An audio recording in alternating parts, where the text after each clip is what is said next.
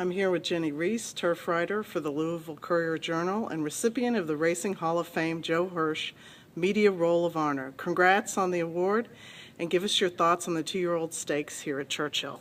Well, I'm trying to come up with a winner in the Kentucky Jockey Club. It is as deep a field as I've seen in some time. You have, in this day and age, often you come to these stakes and all the horses have only won a maiden race, or maybe they've hit the board in a stakes, but you've got, several stakes winners in this race, and you got some really nice allowance winners. And I really don't think in the Kentucky Jockey Club, for the boys, that there is a horse you can eliminate. Even the 50-1 shot, Warpoint, won a turf allowance race at Indiana Downs, and as we saw in the Fall City, where a 50-1 shot in the program won the race at 19-1.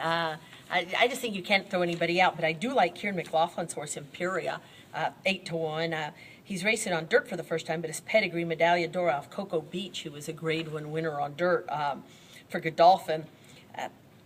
It's interesting, he's going to the dirt at Churchill for the first time, and I know John Asher at Churchill Downs always has a theory that a little grass in the pedigree or a little grass form doesn't really hurt you at Churchill because they seem to grip the track very nicely. But I also like Neil Howard's horse, Eagle, who was a good-looking winner of an allowance race at Keeneland in his last start and broke his maiden at Churchill Downs. And then Sky Hero won an allowance race here. It's just a really deep race, and I'm really looking forward to seeing what happens in it. And Lord Nelson is the favorite, the deserving favorite. He came out of the front runner at Santa Anita, won by a stablemate, American Pharaoh. But the third place horses in that race finished 1-2 in the Breeders' Cup Juvenile. So that was a very tough race. Wayne Lucas, and with the red-hot John Court, you can't leave Majestico out either. I think that's a little stronger race than the Goldenrod. The Goldenrod's an interesting race also do a field of 12. I do like Wayne Catalano's horse in there, West Coast Belle, 2 for 2, and very impressive winner of the Rags to Riches.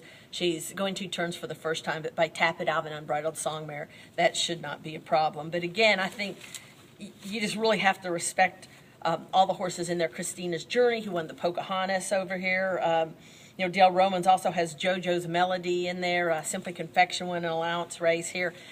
What's fun is you go back and look at these charts after the fact sometimes and see who the horses that have run in these races, and you might not know it at the time, but they go on and they're really serious horses in the Triple Crown or the Phillies Counterport. And that's the fun part of the Stars of Tomorrow 2 card tomorrow. You've got an allowance race like the mile boys race between the 2 stakes races with Dortmund. I'm very excited to see Dortmund and Bob Baffert's barn.